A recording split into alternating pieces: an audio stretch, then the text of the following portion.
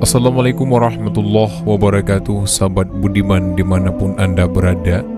Pada perjumpaan kali ini kita akan mengisahkan tentang 3 kisah Nabi Muhammad SAW di bulan Ramadan.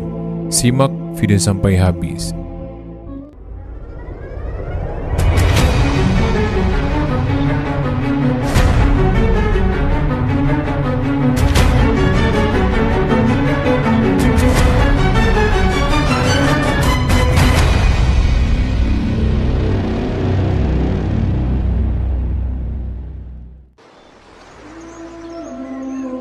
Teman-temanku seiman yang dirahmati Allah, bulan Ramadan merupakan bulan yang paling mulia bagi umat Islam, karena pada bulan ini berbagai berkat dan rahmat diberikan oleh Allah Subhanahu wa Ta'ala. Bulan Ramadan juga sebagai saksi dari peristiwa besar dan penting yang dialami oleh Nabi Muhammad SAW. Salah satu kisah Nabi Muhammad SAW di bulan Ramadan adalah kala beliau menerima wahyu pertama dari Allah Subhanahu wa Ta'ala melalui malaikat Jibril. Pendapat terkuat menyebut peristiwa itu terjadi pada 17 Ramadan. Dan bagaimanakah kisahnya? Lalu apa sajakah ketiga peristiwa tersebut? Nah, pada kesempatan berbahagia ini kita akan membahas ketiga permasalahan tersebut. Yang pertama adalah Nabi Muhammad menerima wahyu pertama. Denny Dermawan dalam buku Keajaiban Ramadan mengatakan bahwa Allah Subhanahu wa Ta'ala menambahkan kemuliaan bulan Ramadan dengan menurunkan Al-Quran, sebagaimana firman Allah Subhanahu wa Ta'ala dalam surah Ad-Dukhan ayat ketiga yang artinya, sesungguhnya kami mulia menurunkannya pada malam yang diberkahi ataupun malam Lailatul Qadar. Sesungguhnya kamilah pemberi peringatan. Menurut hadis yang diriwayatkan oleh Imam Bukhari dan Muslim sahabat budiman, Rasulullah SAW menerima wahyu dalam 2 keadaan. Pertama, terdengar seperti suara lonceng yang berbunyi keras dan dikatakan bahwa ini cara paling berat bagi Rasulullah. Allah Subhanahu wa Ta'ala berfirman dalam surah Al-Muzammil ayat ke-5 yang artinya, sesungguhnya kami akan menurunkan kepadamu perkataan yang berat. Lalu yang kedua adalah dikatakan bahwa malaikat Jibril datang kepada Nabi Muhammad SAW dalam keadaan seperti manusia biasa, yaitu menyerupai seorang laki-laki. Jibril mendatangi dengan berkata, Iqra bismi rabbikal ladzi khalaq, khalaqal insana min 'alaq, Iqra wa rabbukal akram, alladzi 'allama bil qalam, 'allamal insana ma lam ya'lam. Quran Surat Al-Alaq ayat 1-5. Al-Quran diturunkan secara bertahap-tahap sahabat budiman, berbeda dengan kitab-kitab sebelumnya yang diturunkan secara sekaligus. Al-Quran itu 2 kali diturunkan. Pertama, diturunkan secara sekaligus pada malam Lailatul Qadar ke Baitul Izzah di langit dunia. Sedangkan yang kedua, diturunkan dari langit dunia ke bumi secara berangsur-angsur selama 23 tahun. Al-Qurtubi menukil riwayat dari Muqatil bin Hayyan bahwa menurut kesepakatan, Al-Quran turun langsung sekaligus dari Lahul Mahfuz ke Baitul Izzah di langit dunia dan secara berangsur-angsur diturunkan ke bumi.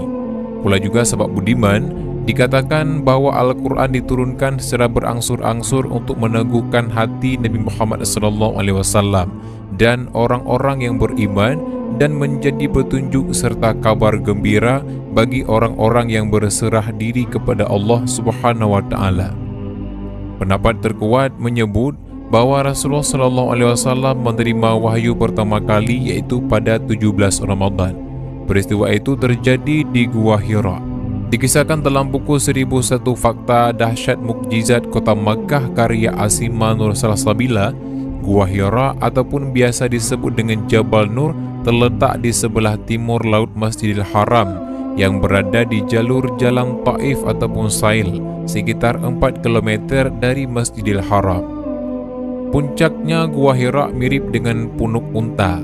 Dengan luas sekitar 5 km, Gua Hira diberi nama Jabal Nur karena gua ini merupakan tempat Nabi Muhammad SAW menyendiri saat beribadah, sehingga terpancarkan nur ataupun cahaya nubuahnya. Di bukit ini sahabat budiman, Rasulullah SAW menerima wahyu pertama, yaitu Iqra, bacalah, Di bagian depannya terdapat belahan yang dapat memungkinkan kita untuk ke sana dengan memandang ke Masjidil Haram. Gua Hira ini merupakan tempat yang digunakan oleh Rasulullah SAW untuk berkhalwat ataupun menyendiri di dalam dan beribadah sebelum beliau diangkat menjadi seorang Rasul. Malaikat Jibril yang turun dan datang kepadanya untuk yang pertama kali ketika beliau ada di Gua Hira. Di dalam gua inilah Nabi Muhammad SAW menerima wahyu pertama, yaitu surat Al-Alaq ayat 1-5 yang disampaikan oleh Malaikat Jibril. Kisah turunnya wahyu pertama tersebut diriwayatkan oleh Imam Bukhari dan Muslim dari Aisyah radhiyallahu an bahwa ia berkata, turunnya wahyu pertama yang diterima oleh Rasulullah SAW dalam bentuk mimpi ketika waktu beliau tidur. Biasanya mimpi itu terlihat jelas oleh beliau seperti jelasnya cuaca pagi. Semenjak saat itu sebab budiman, hati beliau tertarik untuk mengasingkan diri ataupun khalwat ke Gua Hira, dan di situ beliau beribadah selama beberapa malam dan tidak pulang ke rumah istrinya yaitu Khadijah radhiyallahu an. Kemudian beliau membawa perbekalan yang cukup. Setelah perbekalannya habis, beliau kembali kepada Khadijah untuk mengambil lagi perbekalan secukupnya. Lalu sebab budiman, beliau kembali ke Gua Hira. Pada suatu ketika datang kepadanya kebenaran ataupun wahyu, yaitu sewaktu beliau masih berada di Gua Hira. Pada ketika itu Malaikat Jibril datang kepadanya lalu berkata, "Ya Muhammad, bacalah." Nabi menjawab, "Aku tidak bisa membaca." Nabi kemudian menceritakan, maka aku ditarik dan dipeluknya hingga aku kepayahan. Lalu aku dilepaskannya dan disuruh membaca. Malaikat Jibril berkata, "Bacalah." Kemudian Nabi juga menjawab, "Aku tidak bisa membaca." Lalu aku dilepaskannya dan disuruh membaca. Malaikat Jibril berkata lagi, "Bacalah." Aku juga menjawab, "Aku tidak bisa membaca." Maka aku ditarik dan dipeluknya lagi untuk ketiga kalinya. Kemudian aku dilepaskannya sambil dia berkata, "Bacalah dengan menyebut nama Tuhanmu yang menciptakan. Dia menciptakan manusia dari segumpal darah. Bacalah, Tuhanmulah yang maha mulia, yang mengajar manusia dengan pena. Dia mengajarkan manusia apa yang tidak diketahuinya." Quran Surah Al-Alaq ayat 1-5. Lalu sahabat budiman, setelah wahyu pertama turun, kemudian dengan melalui proses rangkaian yang panjang, Nabi Muhammad SAW menjadi Nabi dan Rasul sampai Isra dan Mi'raj. Sementara itu, di dalam buku fikih sirah karya Said Ramadan Al-Buti mengisahkan bahwa gambaran ketakutan yang dialami oleh Rasulullah SAW ini juga semakin tebal karena beliau mengira yang menemuinya di dalam Gua Hira adalah sebangsa jin. Sebenarnya Allah Subhanahu wa taala tentu sanggup untuk menenangkan hati Rasulullah SAW dengan memberitahu bahwa yang mendatanginya adalah malaikat Jibril. Namun Allah Subhanahu wa taala berkehendak untuk menonjolkan pemisahan antara pribadi Muhammad SAW sebelum diangkat menjadi rasul dan sesudahnya. Lalu yang kedua adalah Nabi Muhammad memenangkan perang Badar. Mustafa Murad dalam buku Umar Ibn Al-Khattab sebagaimana diterjemahkan oleh Ahmad Ginanjar Sya'ban dan Lulu Muhammad Sunman mengisahkan bahwa perang Badar terjadi pada suatu senja di hari ke-8 bulan Ramadan tahun kedua Hijriah. Umat Islam meninggalkan rumah mereka dan menyatakan ikut membela Rasulullah SAW dengan melawan kaum Quraisy. Suara gemuruh dan ringkih kuda bercampur aduk dengan suara pedang, tombak, perisai yang silih beradu. Debu lembah berpasir Badar membumbung meliut-liut bersamaan dengan muncratan darah. Perang dahsyat itu akhirnya dimenangkan oleh pasukan Nabi Muhammad SAW. Mereka berhasil memukul mundur dan menjadikan pasukan Makkah terpecah dan lari kocar-kacir. Dari pedang Badar inilah sebab budiman umat Islam memperoleh kemenangan pertamanya sekaligus menjadi tonggak ekstensi dakwah Islam. Hal itu dapat dibuktikan dengan kekuatan umat Islam yang setelah lebih dari 13 tahun ditindas oleh kaum Quraisy yang pada akhirnya menjadi menang. Tentu saja kemenangan ini mendorong umat Islam untuk semakin mengukuhkan dakwah dan meraih kemenangan-kemenangan berikutnya. Sedangkan yang ketiga, Nabi Muhammad melakukan pembebasan kota Makkah. Masih dalam buku yang sama diceritakan, hingga tahun ke-8 Hijriah, pasukan Muslim telah beberapa kali memenangkan pertempuran hingga membuat pengaruh agama Islam kian meluas.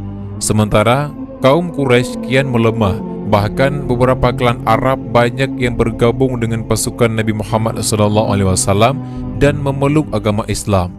Traktat perdamaian dan gencatan senjata Hudaybiyah yang semula ditandatangani pihak umat Islam dan Quraisy pada akhirnya dilanggar oleh pihak Quraisy ketika mereka mempersenjatai klan Bakar untuk menyerang Khuza'ah yang memilih bergabung dengan pasukan Muslim. Pada hari ke-9 pada bulan Ramadan Sahabat Budiman, matahari yang mulai merangkak menuju titik kulminasi kota Madinah tampak bersiap. 10.000 orang tampak berbaris dan panas yang memanggang dan perut perih karena puasa tidak menyurutkan semangat mereka. Setelah menjadikan doa dan berkhutbah sebentar, Rasulullah SAW kemudian memimpin pasukan itu bergerak menuju Makkah. Ketika sampai di perbatasan, Rasulullah SAW meminta untuk menyalakan api di atas bukit-bukit yang mengelilingi Makkah. Penduduk Makkah ketakutan melihat besarnya pasukan Nabi Muhammad SAW dan menganggap bahwa ribuan obor itu akan membakar kota mereka. Kalangan Quraisy pun tak mampu menghadapi pasukan tersebut dan mereka hanya bisa pasrah. Hingga tiba masuki kota Makkah Sahabat Budiman dengan penuh wibawa dan tanpa adanya perlawanan serta pertumpahan darah. Mula-mula beliau memasuki pelataran Ka'bah, bertawaf, mencium Hajar Aswad, bersembayang di Ka'bah dan menghancurkan ratusan patung dewa-dewa Arab di sekitar rumah ibadah itu. Setelah itu Rasulullah SAW pun menerima baiat sumpah setia dari penduduk Makkah. Tak lebih dari 2 tahun kemudian Sahabat Budiman, sejumlah utusan klan tiba dari seluruh penjuru semenanjung Arab untuk menyatakan bergabung dengan Nabi Muhammad SAW. Pada tahun ini pula lah Rasulullah SAW juga melaksanakan ibadah haji yang terakhir. Nah Sahabat Budiman yang dirahmati Allah, dan demikianlah sedikit penjelasan mengenai 3 kisah Nabi Muhammad SAW di bulan Ramadan. Semoga dari penjelasan ini dapat bermanfaat bagi kita semua. Amin ya rabbal alamin. Wassalamualaikum warahmatullahi wabarakatuh.